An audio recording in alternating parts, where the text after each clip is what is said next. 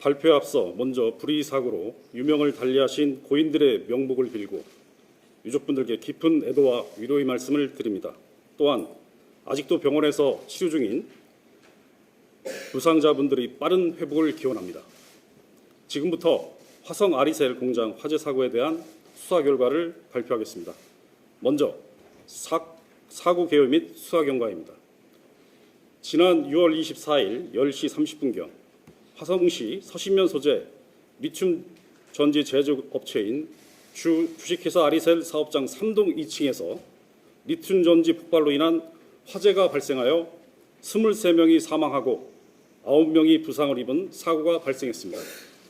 경찰은 사고 즉시 수사본부를 편성하여 압수수색, 합동감식, 전문가 자문, 관계자 조사 등 광범위한 수사를 진행하였습니다. 화재 원인에 대한 수사 결과입니다. 아리셀은 24년 4월분 리튬 전지 납품을 위한 국방기술품질원의 품질검사 과정에서 규격 불일치 판정을 받았고, 이에 따라 납품이 중단되면서 지체 상금이 발생하여 늘어나기 시작하였습니다. 아울러 불합격된 4월분 물량을 재생산해야 했고, 6월분 납기까지 다가오자 5월 10일부터 하루에 5,000개 생산이라는 목표를 설정하고 무리한 생산을 진행하기 시작했습니다. 아리셀은 생산 목표를 달성하기 위한 신규 채용한 비숙련공을 주요 제조 공정에 대거 투입하였고, 그 결과 불량률이 대폭 상승하였으며 이전에 없던 새로운 유형의 불량도 발생하였습니다. 또한 5월 16일부터는 전기 폭발의 징후가 될 수 있는 발열전지가 발견되었음에도 안전성에 대한 검증도 실시하지 않았고, 별도로 보관하던 발열전지를 모두 양품화하였습니다. 이처럼 발열전지에 대한 원인 분석 및 대응책도 말하지 않은 채 전지의 내외부 단락을 유발할 수 있는 여러 공정상의 문제점이 야기되었음에도 별다른 조치 없이 무리하게 전지를 계속 생산해 오던 중에 이번 사고가 발생하였습니다. 인명피해가 커진 원인에 대한 수사 결과입니다. 아리셀은 리튬 및 염화티 온일 등 위해 위험물질을 취급하는 사업장으로 관계 법령에서 정한 기준에 따라 비상구를 설치해야 하며 근로자들을 상대로 한 안전교육 및 소방교육을 반드시 실시하여야 합니다. 그러나 기준에 맞는 비상구를 설치하지 않았고 화재 발생 시를 대비한 대피 요령 교육이나 훈련이 전혀 없었습니다.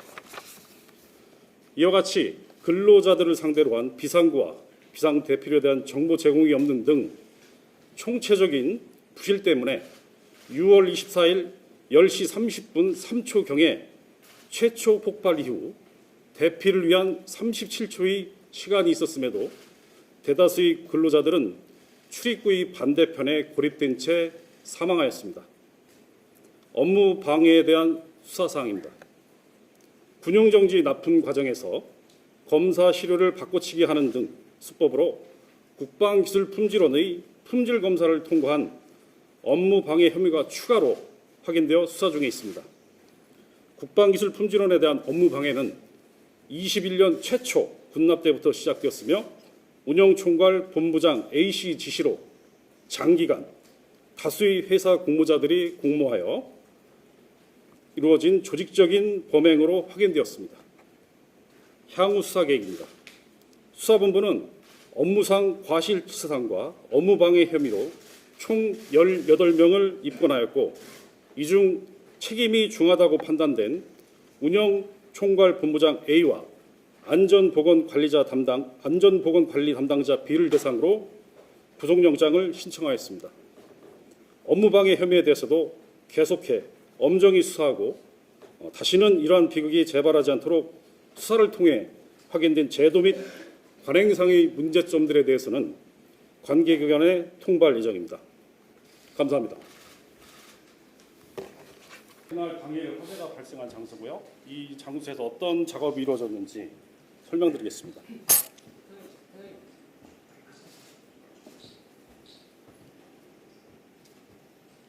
이 전지 상태가 이렇게 양극과 음극으로 해서 조립이 됩니다. 조립이 돼서 요게 서스블이 주입이 되고 세척된 단계에서 요 전지가 3동 2층 화재가 발생한 장소로 옮겨지게 되는데요. 여기에 올라오게 되면 전압 검사를 하게 되고 그 튜빙이라고 해가지고 요 끝부분만 양극이고 나머지가 음극입니다. 그래서 이 상태에서 전기끼리 부딪히면 이게 이제 단락이 발생할 수 있기 때문에 필름을 세우는 작업을 합니다. 그게 이제 튜빙 작업이라 해서 양극과 음극을 엄격하게 분려주는 그런 작업. 이런 부분이 3동 2층에서 실시되고요. 에이징이라는 것은 전지가 혹시나 불안정할 수 있기 때문에 한 보름 정도를 보관시켜놓고 전지가 안정화 단계가 됐는지를 확인하는 작업이 이 에이징이 있고, 이 다음에 품질 검사를 받고 납품이 되는 과정인데요. 3동 2층에서는 보시는 것 같이 전압 검사, 튜빙, 에이징이 이루어지는 장소입니다. 그럼 앞으로 가시죠. 이날 당일 43분이 이 3동 2층에 있었습니다. 회사 정규직 직원이 20분, 그리고 비정규직 직원이 23분이 있었고요. 대부분의 우리 비정규직 직원이 이쪽 지금 이 튜빙룸과 에이징룸에 이렇게 22분이 있었습니다. 22분이 이쪽에 계셨고 6분이 이쪽 전압검사, 전액 누액 검사를 이렇게 해서 여기 자체에 26분이 근무를 하고 있는 그런 상황이었고요. 이 위쪽으로는 대다수 회사 관계자들이 근무했고, 연구실 마찬가지로 회사 관계자들이 근무하고 있어 전체적으로 43분이 있었습니다. 이날 10시 30분에 3초에 10시 33초에 트레이가 이 전지가 담긴 트레이에서 최초 화재가 발생을 합니다. 그리고는 이때 당시 여기에 22분이 계속 작업을 하는 그런 상황이었고요. 그때 당시 불이 10시 30분 3초에 불이 나자 4번 정도 불을 끄는 그런 활동이 있었습니다. 그리고 10시 30분 44초에 모든 것이 이제 전부 다 전원이 꺼지고 화면에서 전부 다 블랙아웃 되는 그런 상황입니다. 그때 상황에 여기 계셨던 2번 지역에서 전액 누액 여부를 확인했던 직원분들이 이 문을 통해서 탈출합니다. 여기 자체의 비상구는 출입문 외에는 비상구가 이게 이제 비상구인데요. 비상구를 갈 수 있는 방법은 A, B를 통해서 이렇게 가는 방법과 C를 통해서 D로 해서 가는 방법 이렇게 되어 있는데, 문제는 이 B와 C가 지문이나 ID 카드를 찍어야만 통과할 수 있는 그런 문이에요. 그런데 28, 29 세 분 중에 한 분이 정규 직원으로서 ID 카드가 있어서 이 한 분에 따라서 2명이 같이 이 문을 따라서 나가게 되고, 여기에 있는 4명과 합류돼서 이 문을 통해서 원래 이쪽으로 나가야 되는데 이쪽이 전부 다 또 여러 가지로 장애물이 많았어요. 외부에 실외기도 있었고, 결국 일로에서 밑에 복도를 통해 가지고 이쪽 후문을 통해서 7분이 탈출을 합니다. 보통 대형 화재는 탈출하거나 아니면 탈출 시도를 하는 흔적이 있어야 되는데 22명 중에 21분이 여기서 다 돌아가십니다. 다 여기서 발견이 되는데, 유일하게 여기에 계신 한 분이 이 출입문으로 나가서 살게 되는데요. 저희가 37분 골든타임을 말씀드리는 이유는 10시 30분 3초에 여기서 화재가 발생을 하죠. 40초에 여기에 계신 직원분이 이 문으로 나가는 것이 이 CCTV에서 잡힙니다. 그래서 그 37초 동안에 여기에 누군가가 대피하라, 같이 따라 나와라. 그러면 적어도 이쪽이 아니면 이 비상구를 통해서, 비상구가 원래 정상적으로 작동이 됐다면 여기서부터 여기까지가 60m 정도밖에 안 되고요. 여기서부터 이 거리가 23m 정도밖에 되지 않습니다. 그러면 37초의 골든타임이 있었기 때문에 그 시간 동안에 충분히 탈출을 할 수 있었을 것으로 판단하는데, 회사 관계자 그 누구도 도피하라고 하거나, 그리고 대부분이 일용직 직원인데요. 일용직 직원 여기서 한 분이 사셨고 여기서 2분이 사서 3분만이 생존을 하신 겁니다. 여기 계신 분들은 리튬 전지 제조 공정 중에 이 화재가 얼마나 위험한 건지에 대해서 인식을 전혀 못했습니다. 그 자체는 소방교육이나 안전교육 자체가 전혀 없었다 하는 부분을 반증하는 설명을 드리는 거고요.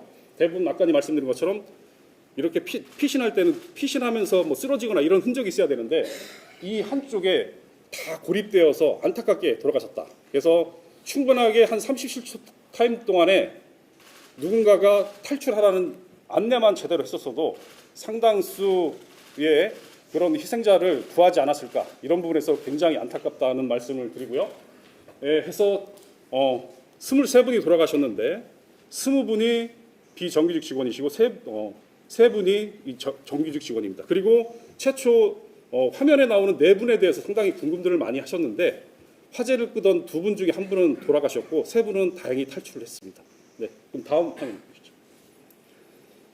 지금 이제 생산 공정상에서 문제점을 말씀을 드리겠습니다.